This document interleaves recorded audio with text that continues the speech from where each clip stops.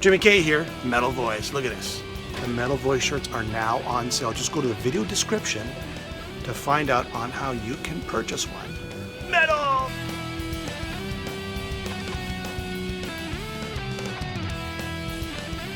Welcome to the Metal Voice. We're at the classic setup here. Great concert, fantastic concert, great interviews. Yeah. You nailed them. You nailed two of them, two great ones. Yeah. And I did ask him how do you pronounce his name because we had a little bet going on. Yes. He said it was Jorn, I said it was Jorn, and he told me it was Unlande. Unlande. So all those people that criticized me, I was going to go with Jorn, but I mean the guy should know his own name, so I tried to do it like he told me to do it. So. Yeah. I went to see Voivod. Yeah. 1,000 people, hometown show, more than 1,000 people. More than 1,000 people. Where they play? They were doing the Jazz Fest. Oh, Jazz Fest. And it was that's right. It was a special show at the Jazz Fest. That's right. Had an amazing time. I went a little late because I didn't want to see the opening band, and we ended up sitting in the bleachers. But it's okay. I had a great time. So there we are, two great concerts, and they're all finished touring, so you won't be able to see them. So we can't talk about that. But actually, they are going on tour. Oh, they're going on North American tour very, very recently. Soon. So here we go. We got two reviews. Michael Schenker. Don't ask him about his brother. No, never. Don't ask him about his brother. Just a little bit. Michael Schenker Fest. Yes, here we go. Hey, we went to see him. What a concert last year. What a great show. My choice for album of the year in 2018. Yep. They set the bar high and early in the year. Yep. And I stuck with it. And the concert, I mean, the guy next to me just couldn't believe it. Even Michael Schenker said himself, well, hey, I've been on here for 2.5 hours. Yeah. And I'm 61 years old or whatever. And this is a present I gave to my braza. Yeah, love it. And the guy next to me goes, I've been to the bathroom 4 times and he's still on stage. It's crazy. So there you go. What a great show. Hopefully they'll do another tour. I'm looking forward to it. Yeah. So we got a new album. Revelation. Coming out September 20th on Nuclear Blast. There you go. Revelation. So it's the same cast of characters. Except for, unfortunately, Ted McKenna, who passed away. Yeah. In terms of singers, I meant. Oh, yeah. But yes, singers, Ted McKenna, yes, he passed away, unfortunately. Same cast of singers. Yeah. However, they added one more. Yes. Ronnie Romero. Yeah. Romero, is that how you pronounce Romero, it? isn't it? Romero. From Richie Blackmore. Richie Blackmore's Rainbow. Now, let me tell you. Well, amongst others. I mean, it's okay. Things. We compare the last album to this album. We got a second album. Are they getting in the groove now? Are they getting in the groove now? What's going on, Alex? Alex? Who's Alex? My nephew. Is he on the show? Special guest Alex this year. All right, Alan. Revelations. How does this compare to the last album? Well, just quick right off. I'm happy that there's a second album. Mm-hmm. Again, the concept, I wish more bands would do this, invite all the singers and all the previous players and bring them back together. Yep. I had a little bit more problems this time around picking out the different singers. Yep. I listened to it a couple of times. I still can't find Graham Bonnet on it. Is it just me or... Anyways, it doesn't matter. I love the concept. I found there was a lot more kind of, if we could say, 3-chord songs, like power songs from the UFO era maybe on this album. Sound a little more UFO-ish. Yeah, there's only one song that had that Celtic feel to it compared to the last album. There's quite a few had the McAuley, Doogie White influence there. Maybe they're Celtic roots. I love your colorful commentary. Yes, thank you. So...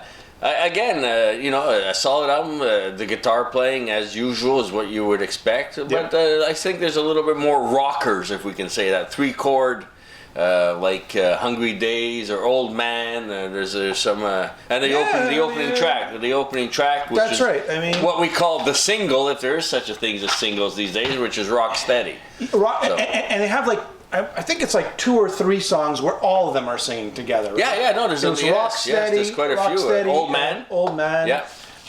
And sometimes it's a little hard to tell who's singing, right? Yeah. Between Doogie White and McAuley. I think McAuley can. Yeah, Doogie can sing. White and McAuley, he sings up there too on this album. Yeah, So there's Doogie White, Gary Barden, right? Gary Barden and Robin McAuley. And, James Buddy, Jimbo's buddy, Graham Bonnet. And also one song by Ronnie Romero. Ronnie Romero, Mr. Romero. Now he sings on, I gotta tell you, the song that he sings on, it sounds like a Scorpion song.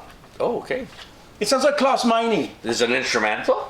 Ascension? There isn't it? Yes, there is. But I'm just trying to find the song that he sings on. Okay, well, you do that. We'll just talk about Ascension, which was Schenker. Oh, We Are the Voice. We Are the Voice. So this is the song where he sounds like very, the lyrics are very, I don't want to say childish, but we'll say simple. Like the Scorpions are very simple, right? Simple lyrics because, of course, the language barrier or whatever it is. But it sounds like We Are the Voice, one of my favorite songs in the album. He does a killer job, Ronnie Romero. And it sounds like the Scorpions. It sounds like Love Drive, something off of Love Drive. Well, possibly. I didn't. I was looking for that. I was looking for some kind of Scorpion-ish song, and I didn't find it. And you did. Well, hats off to Jimmy. So, what is the end of the blood red? What's the one of the blood red? But Still in the Fight. That's Graham Bonnet. Bonnet, sorry. Bonnet. Graham Bonnet, Still in the Fight. This is about aging, and and it's a great song. He's just screaming away like he always does. He's got a great voice. He's like Bob Catley with Avantasia, Magnum fame. These guys still perform, and they have He's a voice. He's like 70 something. Graham Bonnet can perform live as well today, if not better today than he did back in the late 70s, as far as I'm concerned. Graham Bonnet, I love Graham Bonnet. He's a great guy.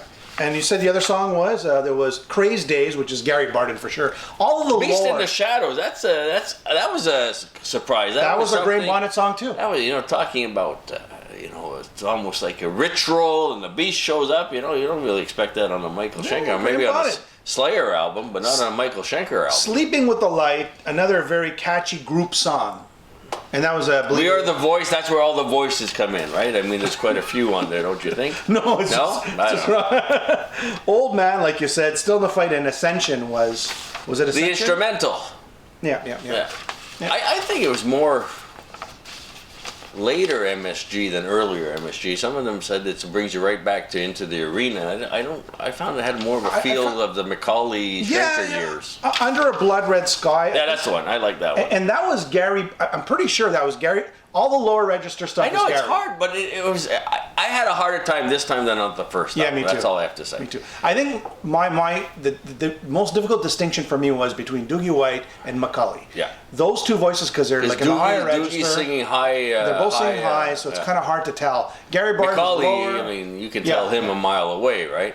And then, of course, there's Doogie, not Doogie White, but Graham. You could tell it's his voice right away. But when they sing together, that's when you sort of start losing. But maybe that's a good thing, right? Maybe Look, I'm just happy there was a second album. I mean, like I said, the first album was my choice for the album of the year, followed by an unbelievable tour and concert and show that we were able to witness ourselves. Yeah, and hopefully they'll come back again. Oh man, sign me up. But again, we had Pumpkins United, which you can talk about. Unfortunately, I was on a plane. What a great show! Now we got and I stayed for the whole thing. Michael Schenker Fest. Why? More bands should be doing this. Who else? Who else? Could? And there's no opening act. You just go on to do 3 hours. 200. Unbelievable how long you played. Oh, Avantasia. They stopped the show and said, we're 2 hours and a half into the show, and most bands are on the bus going to the next town. We're about to start a 12-minute song. That's great. You gotta love it. All right, so let's just wrap this up. Michael Schenker Fest. Overall, a continuation of last album, right? I mean, I don't see it, and I think it's, like you said, it's a little more rock and roll. The solos are very UFO-like. It's split down the middle, Jim. The rockers, you can kind of go back to UFO, and then there's other ones that he's got his classical influence you can hear that he's so famous for. So I think it's an album that's split right down the middle. So if you like both the UFO era and his later work, this album's for you. I'd leave it at that. I look at it like this. It's not going to be a groundbreaking album. It's just another collection of songs from these guys, from Michael Schenker, that are catchy and memorable. But listening to this album, I wonder how influenced Saxon was by UFO back in the day. Because there's some songs you're like, wow, that sounds like Saxon. One thing is for sure, every song is good. It's not like, wow, that was the worst song in the world. That was the worst song. Next. Every song is really good. Well, even a song like Crazy Days, the first listen, I'm like, well, that's very different. But then you go back and listen to it a couple more times, like, oh, geez, that's a great track. It is a grower. It is a grower. The first time I heard it, I was kind of like, and then the next time, and a lot time after that, I go, wow, it's kind of growing on me. For me, it's like a continuation of the last album, and it's just another bunch of cool songs. That's all. And 4 voices And coming together. 4 great voices, and I really want to see another them go on tour in North America, and you cannot miss the show if they're going to do a North American tour. Probably one of the best. Concerts. Do not miss this opportunity to see this great performance by all these great performers. So there you have it for Michael Schenker Fest Revelation. I would give this album, I don't know, somewhere between 8 out of 10 and maybe 8.1 out of 10. All right, I agree. It's a solid 8. Jim. I'll stay with it. 8.1 out of 10, around there, somewhere there. All right. So next album, yes, Sonata. Yeah, I'll let you Arctica. tackle. Arctica. Sonata Arctica. The new album is called Talviyö. Yeah, okay. I wasn't even going to attempt that. Talviyö, to be released September 6th on Nuclear Which Blast. means it's friggin' cold outside. Yes. These guys are from Finland. They've been cranking out the albums for forever. 20 something years. Yeah. Power metal. I was lucky enough to see them open for Nightwish. Ah, yes. And great performers, great singer. Yeah. Fantastic voice. Yeah. I've been have a few albums at home. My daughter just kind of fits what she likes to fit in and listen to, so I bought her a few albums. She really enjoys them. Looking forward, as they're going to be opening for Camelot. Yes. They're buddies in Camelot. Yeah. That goes back quite some ways, and they'll be touring with them. So if you like this album, get out there and check them out on this upcoming North American tour. So just to give everybody an idea of what this album sounds like, it sounds like a little bit of Avantasia, right? The power metal. Then it sounds a little bit of the prog. You'll hear hints of Yes when they're doing these little keyboard bits and little fills, and sort of like little fills in general. So they're just going off the charts. And you'll hear maybe like a Radiohead type song, very slow, very sad, very dark. And then it'll go back to power metal. They mix it up, but they have their overall stamp, we'll call it, that Sonata Arctica sound. A lot of keyboards. It's a great production. Well, it's a big production. Yeah, if I could just add to your production comment, I played these albums back to back, Michael Schenker Fest and this just popped right out of the speakers. Yeah, it's a great production. It's almost, you say, oh, wow. Unreal. Look at the energy, and listen to that. Maybe it's just the production. Yeah. Because there's a lot going on in the Schenker Fest album. I mean, they're not slow songs, dragging songs. And this one, you just say, wow, look at it's vibrant, and look at on the headphones, it's great. Emotion. It sounds amazing on the headphones. There you go.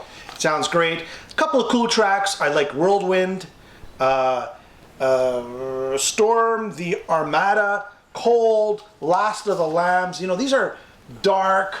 They're build-up songs. There's a lot of build-up in these songs. They're not always that sort of Avantasia, fast-paced, power metal. You get a little bit of that, but there's a lot of build-up. This whole album is full of build-ups, melancholy kind of type songs.